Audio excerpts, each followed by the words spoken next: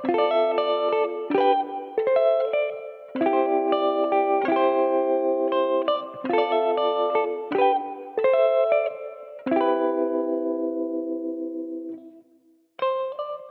semua, pernahkah kita berpikir bagaimana kepemimpinan dapat mengubah masa depan kita? Kepemimpinan bukan hanya memimpin orang lain, tetapi juga tentang bagaimana kita memimpin diri kita sendiri menuju perubahan yang lebih baik lagi. Seperti sebuah peribahasa yang mengatakan, change yourself, change your future. Ubah diri kita, maka masa depan kita juga akan berubah. Seringkali kita memiliki impian besar, ingin menjadi pribadi yang lebih baik. Tetapi kita masih melakukan kebiasaan lama yang tidak membawa perubahan. Jika kita ingin menjadi pemimpin yang hebat, langkah pertama adalah memimpin diri kita sendiri. Kalau kita terbiasa bangun kesiangan, mari kita coba bangun lebih pagi. Jika kita sering lalai, mari kita lebih disiplin.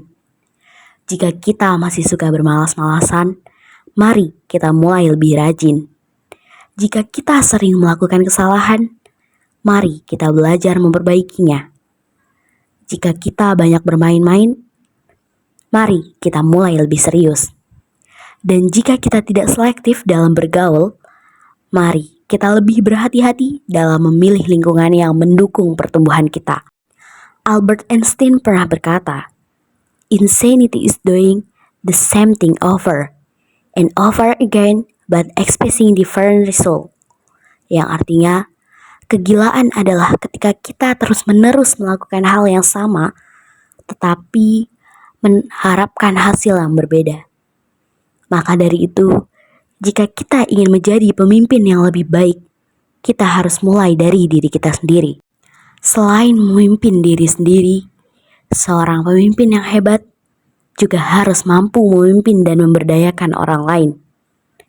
Ada pepatah yang mengatakan, beri seseorang ikan, maka Anda memberinya makan sehari.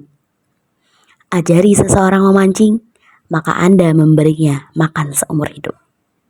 Ini adalah prinsip penting dalam kepemimpinan. Seringkali sebagai pemimpin, kita merasa perlu untuk selalu membantu menyelesaikan masalah orang lain. Kita memberikan solusi, menjawab pertanyaan, dan merasa senang karena kita dibutuhkan. Namun, apakah ini benar-benar membantu mereka? Atau justru membuat mereka terus bergantung pada kita? Pemimpin yang baik tidak hanya memberi jawaban, tetapi juga membantu orang lain menemukan solusi mereka sendiri. Ini mengingatkan saya pada sebuah cerita tentang kepompong kupu-kupu. Seorang pria melihat seekor kupu-kupu yang berjuang keluar dari kepompongnya. Ia merasa kasihan dan memotong kepompong itu agar kupu-kupu bisa keluar dengan mudah. Namun, ternyata kupu-kupu itu tidak bisa terbang karena sayapnya belum cukup kuat. Perjuangan keluar dari kepompong itulah yang seharusnya membantu cairan tubuhnya masuk ke sayap, sehingga ia bisa terbang dengan sempurna. Dari cerita ini kita belajar bahwa terkadang perjuangan adalah bagian dari proses. Jika kita terlalu cepat membantu, kita justru menghambat pertumbuhan mereka. Maka sebagai pemimpin, kita harus belajar untuk bersabar, mendampingi, dan memberikan kesempatan bagi orang lain untuk berkembang sendiri. Seorang pemimpin yang hebat bukan hanya sekedar mengubah diri sendiri dan memberdayakan orang lain, tetapi juga mampu menginspirasi. Kepemimpinan yang menginspirasi lahir dari keteladanan, kejujuran, dan kepedulian terhadap orang-orang di sekitarnya. Kita bisa melihat contoh dari para pemimpin besar seperti Nelson Mandela, Insinyur Soekarno, atau Ki Hajar Dewantara. Mereka tidak hanya memberikan perintah, tetapi juga menjadi teladan bagi orang-orang yang mereka pimpin. Ki Hajar Dewantara bahkan mengajarkan konsep kepemimpinan melalui semboyan yang terkenal, yaitu Ingarso Sung Tulodo, Ing Madya Mangunkarso, Tuturi Handayani. Seorang pemimpin harus bisa menjadi teladan di depan, membangun semangat di tengah, dan memberikan dorongan dari belakang. Namun, kepemimpinan yang menginspirasi tidak hanya dimiliki oleh tokoh-tokoh besar. Kita semua bisa menjadi inspirasi bagi lingkungan kita. Seorang kakak yang menunjukkan tanggung jawab bisa menjadi inspirasi bagi adiknya. Seorang mahasiswa yang aktif dan berintegritas bisa menjadi inspirasi bagi teman-temannya. Seorang guru yang sabar dan penuh kasih sayang bisa menjadi inspirasi bagi murid-muridnya. Seorang pemimpin organisasi yang mampu mengayomi anggotanya bisa menginspirasi mereka untuk lebih berani berbicara dan berkontribusi. Kepemimpinan yang menginspirasi lahir dari kesadaran untuk memberi dampak positif bagi orang lain. Kita tidak perlu menunggu memiliki jabatan tinggi untuk menjadi pemimpin yang menginspirasi. Setiap orang memiliki kesempatan untuk menjadi pemimpin dalam lingkupnya masing-masing. Lantas, bagaimana menjadi pemimpin yang menginspirasi?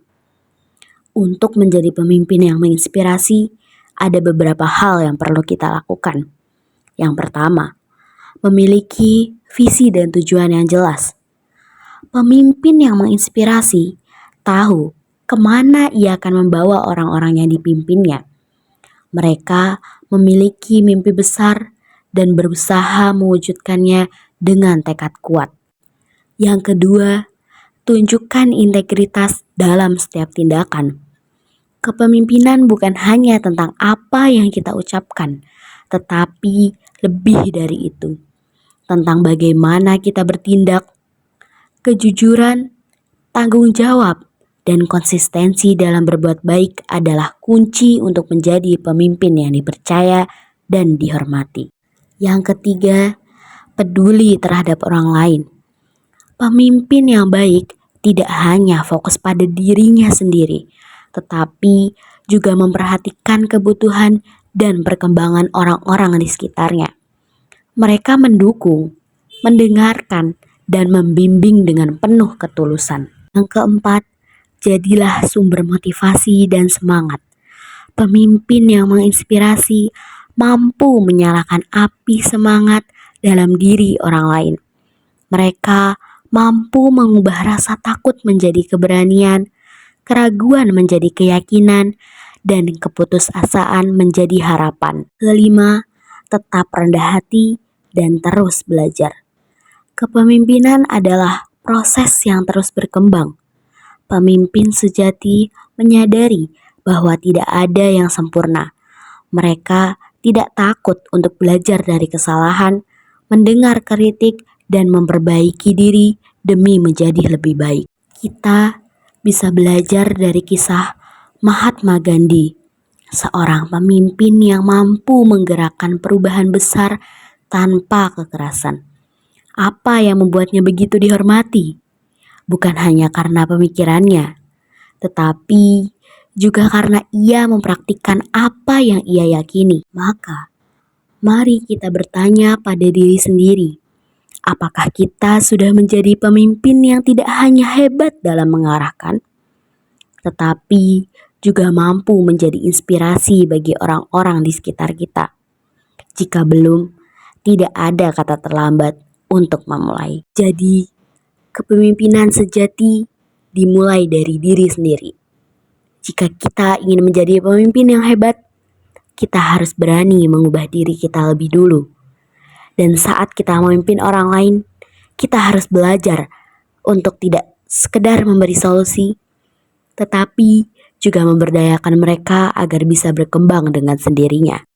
Mari kita semua menjadi pemimpin yang bukan hanya hebat dalam memimpin, tetapi juga bijaksana dalam membimbing. Karena pemimpin yang hebat dikelilingi oleh kupu-kupu yang cantik. Orang-orang yang tumbuh dan berkembang dengan baik berkat pemimpin yang memberdayakan. Terima kasih telah menonton, semoga bermanfaat dan tetap semangat dalam menjadi pemimpin yang lebih baik.